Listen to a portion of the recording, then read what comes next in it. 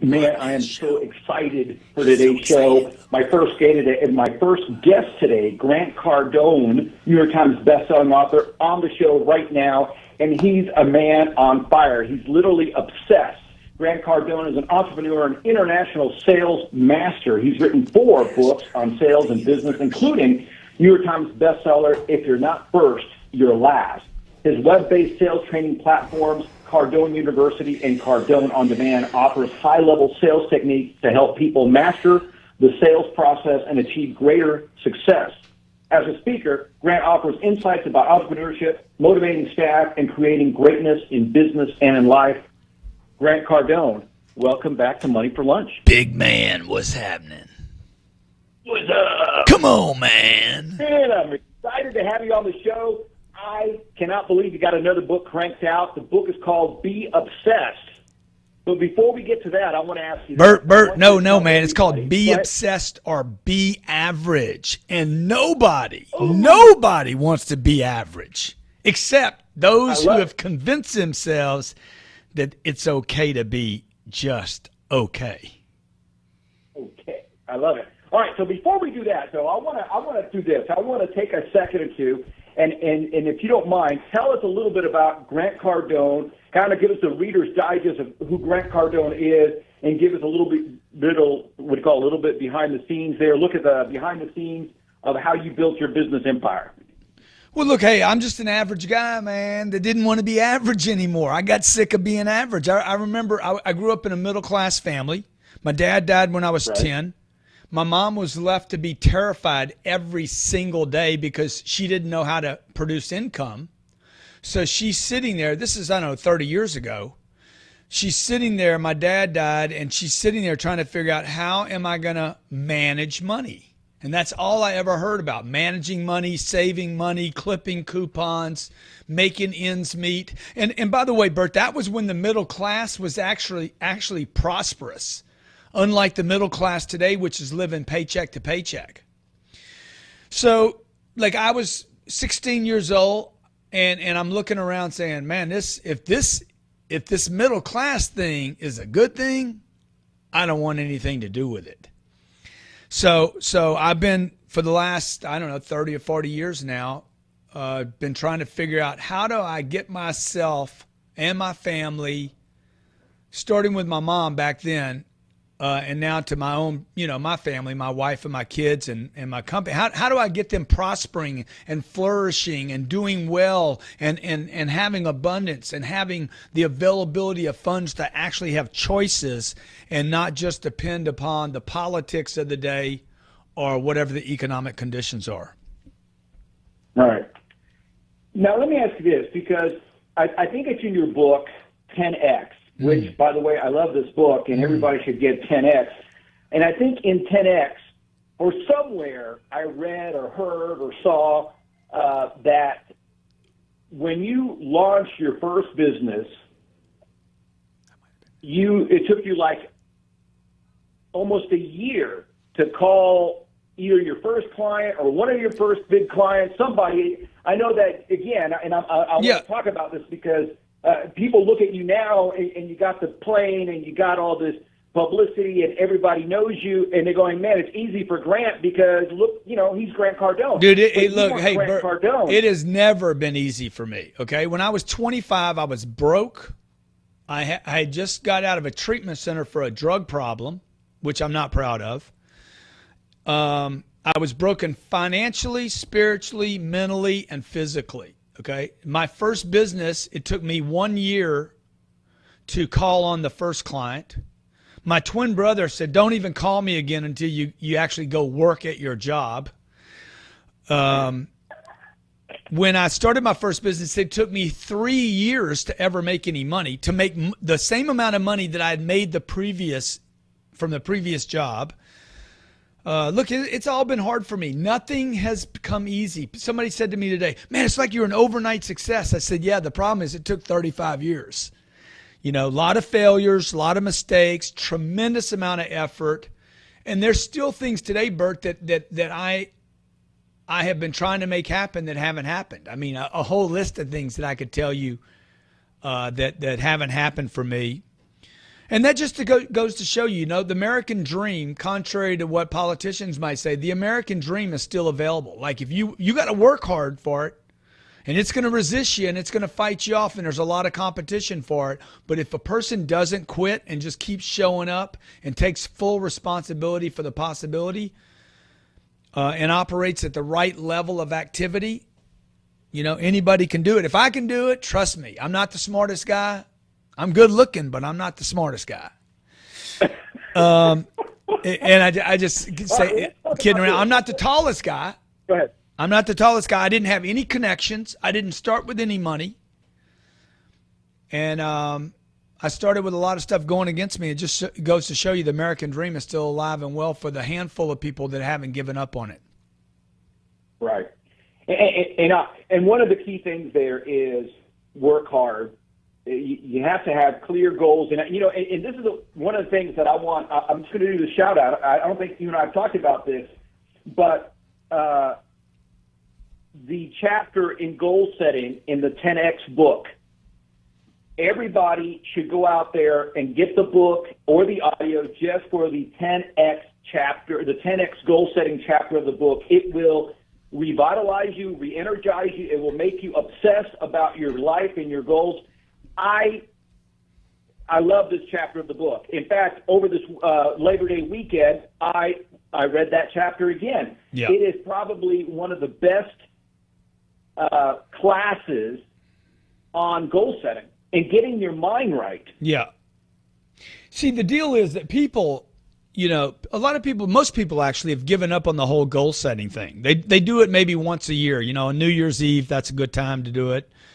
And the reality is goals have disappointed people, not because they haven't set goals. It's because the goals that you're setting are based on earlier generations. People do what's called they adopt goals. They adopt ideas. I'll give you an example. People want to own a home today in America. Well, that's an adoption. That's a goal adoption. You've adopted an idea from an earlier generation when it was fashionable to own a home. And or you want to own a car. Okay. Truth is, none of those things are actually going to give you the freedom you want. Like people are not thinking about goals big enough. And that's why people give up on goals. People are not actually quitters and people aren't lazy. People are just simply not thinking about things big enough, giant enough, enormous enough to keep them excited. So the reason people don't attain their goals is because the payoff is never great enough compared to the amount of pain and suffering necessary to attain the goal. So 3 or 4 or 5 days or 6 days or a week into the goal, into the achievement, you're like, this isn't worth it. So in the 10X rule, by the way, be obsessed or be average is where the 10X rule ends off. I pick up how to get so obsessed, and I give people a permission to become maniacs. Because if you look over history, the last 2,000 years, Bert, you're going to see that all the maniacs, the geniuses, the people that we know as geniuses today were maniacs before anybody called them a genius. They were obsessed with some monster giant goal that allowed them to live a life with purpose and actually make a difference for the better. Yes, and that's totally true. It's so funny when people look at, somebody like Steve Jobs or Bill Gates today, they're admired. Yeah, exactly. But at one point, they were considered foolish. Totally. Both those guys are perfect examples of people that were considered early on. Steve Jobs, especially, even Bill Gates, both these guys started in garages. But the truth is, they didn't get big because they were in garages. They got big because they never quit. They got big because they literally defied gravity, defied any kind of small thinking. Bill Gates his dad, who they grew up wealthy, was talked out of quitting college. His dad said, "Don't quit, don't quit." And he put it off. Bill put it off for a year, and then when finally quit, sometime after that. Now we know him as Bill Gates, worth $90 billion. So he gave up on a middle class wealthy, for one of the richest people in the world. Right. And that goes back to having those 10x goals, and like you said, being obsessed. And I want to put you on the spot here, because today, for many people, Grant, obsession is like this 4-letter word. It's got a bad or negative connotation. What would you write? Why would you write a whole book about being obsessed or obsession? Yeah, because I want to give people permission to become obsessed, okay? Look, when I was from the age of 15 to the age of 42, I was labeled with diseases. They literally called them diseases, but never had any proof. I'm like, what kind of disease you think I got? You got ADD. I've been told I had ADD, OCD, that's obsessive compulsive disorder, because I like things clean and orderly. I've been called a control freak, ADHD. I mean, I've been called so many D's, DICK. They call me everything, right? So I hope you got that last one if you figured it out, Bert. So anyway, one day I was like, all these people are telling me I have problems, man. Maybe the problem is that I'm not just embracing the problem. And when I started embracing this idea, when I get an idea, I can't get it out of my head. Okay, I remember my first business. I couldn't sleep at night. I'd have these ideas at night. They'd wake me up in the middle. When you own that completely, when you own your obsessions and quit trying to stifle them, okay, or push them down. Because every time I tried to deny the fact that I wanted to be super successful, that I wanted to be a celebrity, that I wanted to be a household name, that I wanted to be rich, every time I've denied one of those, that I wanted a hot chick, a really, really hot chick that I wanted to have sex with 3 times a week, when I denied those things, what happened, Bert, was it would come out, the energy would come out in all these weird ideas that became distorted and dysfunctional. When I started embracing the fact that I wanted to be a celebrity, I wanted to be a household name, that I wanted to be rich, that I wanted a hot chick, that I wanted to own my own business, I wanted to be in control, I wanted to have my own jet one day, when I quit denying that, all of a sudden, everything started lining up for me. My creativity, my life force, my purpose, my energy, creativity, the ideas that I had, all of that just started so in this book, I'm giving people permission. Embrace the disease. If it's a disease, embrace it, because it's probably your gift, not a disease. Yeah, no, I like that. And I want to kind of add my little thought on that. And a lot of people, this has happened to myself, and I've seen this happen to other people. We take our gifts for granted, and we feel that, well, this is easy, so it's easy for everybody. It's easy for us. It's easy for you because it's your gift. And as you said, you need to embrace it, as opposed to shutting it down and, putting it down and thinking that it's not of any value. The reason that some of these people like Steve Jobs and Bill Gates and Warren Buffett, if you will, the reason that they are where they're at is because they embrace their gift. They really got obsessed with their goals. Yeah. And they became an overnight success 25 years later as well. Yeah, exactly. And see, I think what happens is your mommy and daddy, or the guy you work for, the manager you work for, the company owner, whatever, they don't want you to be Genghis Khan, okay? Nobody wants you to be, the guy that rapes and pillages the villages. They don't want you to be the bad guy, so they're like, dude, tame it down, bro. Bring it home. Come, act like mama and daddy. Socialize yourself. Fast forward to the 21st century where they put you on narcotics. Extremely, extremely dangerous narcotics. More dangerous than any street drug, called lithium, Prozac, the whole list, Ritalin. 10 million kids last year were labeled ADD and then prescribed a Ritalin-type drug. I was prescribed lithium, Ritalin, Prozac. What was the other? Some other drug that made you feel like you were sleepy all day long. When I quit saying, hey, I'm not drugging this, man. This is my gift, okay? My energy is my gift. I am a young man full of ideas and ambition. When I quit medicating and started embracing the fact that I had obsessions and dreams and goals bigger than my parents. Or maybe they weren't bigger than my parents. Maybe my parents just had to deny them because of the time they were born in. When I quit denying what I wanted, I didn't need drugs, man. What I needed was employees. Okay? Because now I had an idea that I could build a company around. And I became an economy. Today I have 5 companies. I remember when I couldn't hold a job because I had too much energy, like that's a bad thing, for the McDonald's manager. Well, you know what? And a lot of people don't get this.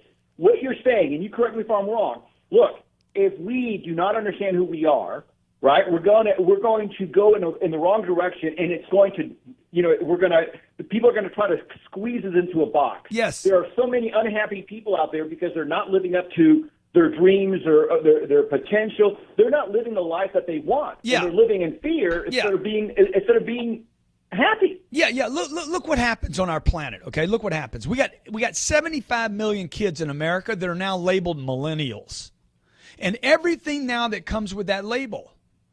You got 80 million baby boomers and seniors. They're labeled seniors. What does that mean? See, there's labels everywhere. The point is there's labels everywhere. You're labeled black. You're labeled white. You're labeled Hispanic.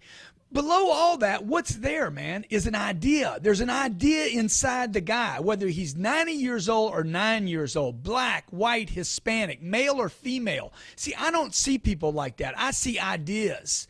I see a guy that's sitting on an idea, and either Steve Jobs like, hey, I'm going to build a phone that people want to lick the freaking buttons off of, and another guy that says, right, oh, you use your phone too much, So it's like, drop the labels. Okay, the reason I wrote this book was to give people permission to be obsessed, addictive personalities, like to like be the beast. Be something. All right. So let me ask you this. Yeah. Let me ask you this. What, in your mind, what does it really mean to be obsessed? Define that, or be average. Well, to be obsessed means that you can't shake the idea. Okay. You can't shake the idea. Now, typically, obsessions are lined up with, I'm obsessed with the girl. Like if you look it up in the dictionary, it's always going to be about him or her. This fatal obsession. But you see, nobody condemns average. There should be a freaking drug for average, because this is the prison. This is the ultimate prison, to be average. Can you imagine making an average movie and telling people, hey, we just spent $200 million on an average movie with average actors. It's an average script. It runs an average 2 hours in an average theater in an average seat, and you're going to have an average experience. Right. No, nobody's going to go to that movie. So why would you want to live in that movie? Right. And look, you don't want to date an average girl. You don't want to be married to an average wife. You don't want to have average kids, average sex. Yeah. No, but you see, if you talk to people, a lot of people listening right now they have actually started to say, no, I'm good with average. Okay? This is what the entire middle class of America is built off of. Politicians, they depend on people being average. If we give you a little pay raise this year, 3%, we know you'll be happy. See, so the world basically is being set up to be satisfied with whatever it gets. And if you get a little reward, a little tiny reward, then you're like, oh, wow, we're good because we're in the middle class. The middle class basically makes sense of itself. And I don't mean the middle class when I'm not talking about money. I'm talking about people that have settled in. The middle class in America makes sense of itself based on the fact that it has more than some starving person in a village in Iran, Iraq, Afghanistan, or some other country that we can't even place on a map. Yeah. You know what? And when you mention that we need a drug for average, unfortunately, I think that there is not just one, but multiple drugs for average. And when I say that is Prozac.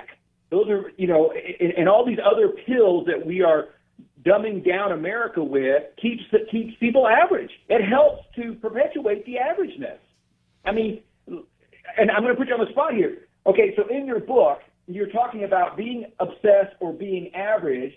And so I have two questions for you. A, why do you think there's so much average in America? And I know we talked a little bit about that with our upbringing and so on. And then the other question is, how do you go about fixing it?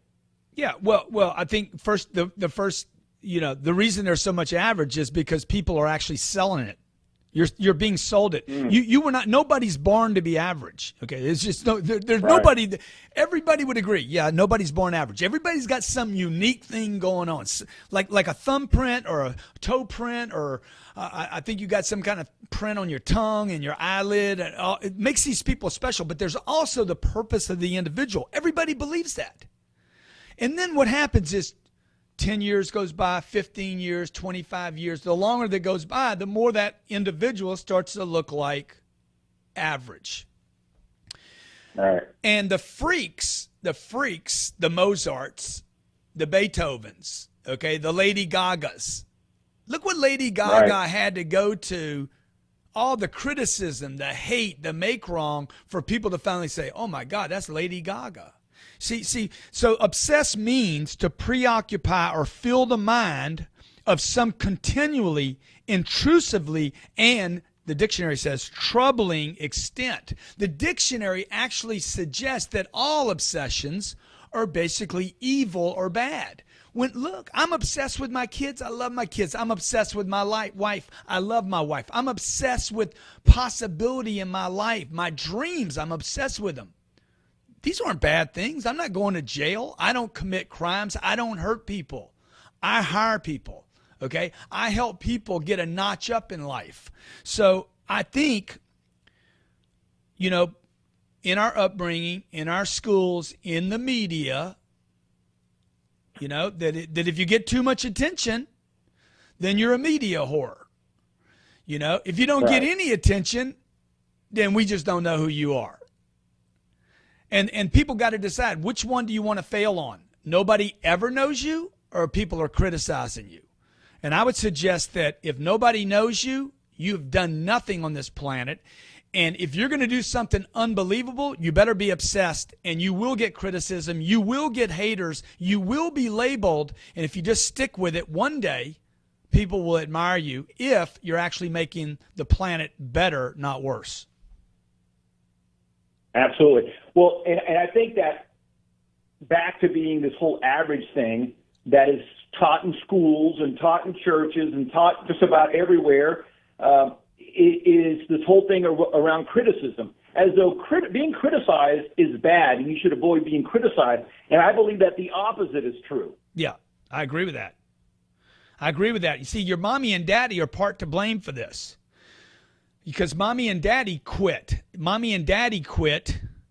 They gave up on exceptional, and they settled for the middle class. You see, my parents came from a poor upbringing. They came from Italian immigrants, and that were poor. They came to the country with nothing.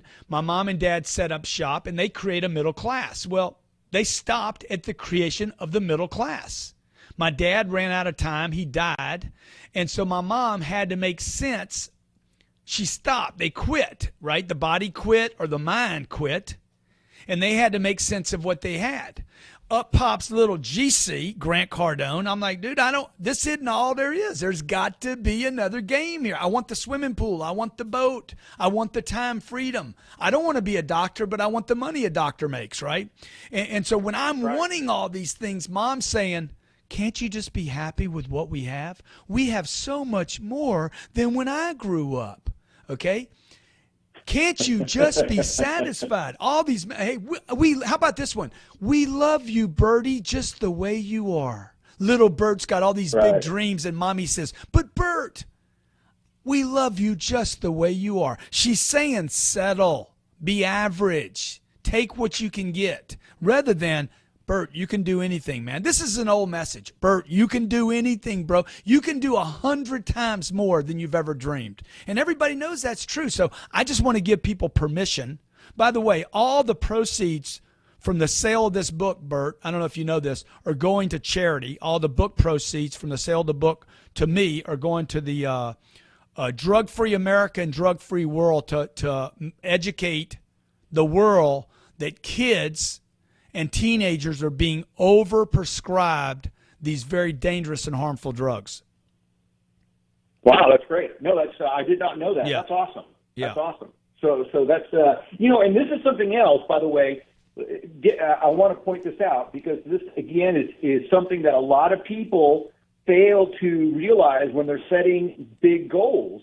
And this is something that you talk about in 10X, and I've always believed this premise is that you got to connect your big goals to helping other people, helping communities. In this case, your charity, this charity that you're connecting with, Yeah. or you have to do something, because if it's just about you, sometimes that's not big enough. But if it's about you and maybe putting schools in third world countries, that helps fuel your goals. It helps you become obsessed in a good way. Well, yeah, dude. Look, if it's just about you, you're going to end up like Gaddafi or Saddam or Hillary. People hate you. Like nobody likes you. So or you end up like Donald. I mean, like these people. These are not likable people, unfortunately. So Right. If you look at Mother Teresa, was Mother Teresa obsessed? Yes. Yeah, of course she was. How could you live an entire lifetime? Now, Hitler was also obsessed. It ended badly for him. So how do you want it to end? Oh, by the way, we're still talking negatively about Hitler today. Most people do not want that. They want to be talked to. My dad would be 100 years old today had he not died at the age of 52. My dad, because of his contributions to me, he had an obsession. Everybody's got them. He had an obsession with hard work. He had an obsession with his reputation. He had an obsession with family. He had an obsession with people. He loved to talk to people. That lives on in me today because my father was obsessed with it. Yeah, I love that. Well, listen, we're out of time. I'd love to bring you back. So wait. When does the book come out? Because it's not out yet, right? It's on pre-order at Amazon, or people can get it at grantcardone.com/obsessed. All proceeds to the author from the sale of the book go to charity.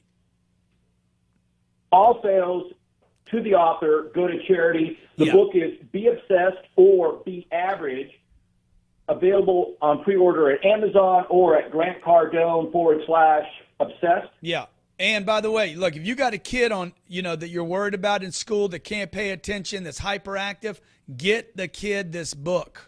Parents, before you medicate your kids, get the kid this book. For those of you who hire people and you want a bunch of crazies around you that are all in all the time, get your people this book. It's going to give them permission to go all in and be maniacs and give up this overcommitment to being average. Oh, man, that's perfect, Grant. We'll end on that note. Grant Cardone, everybody, New York Times bestselling author. You can find out more about Grant and the book at grantcardone.com/obsessed. Grant Cardone, thanks so much for stopping by, my friend. Thank you, Bert.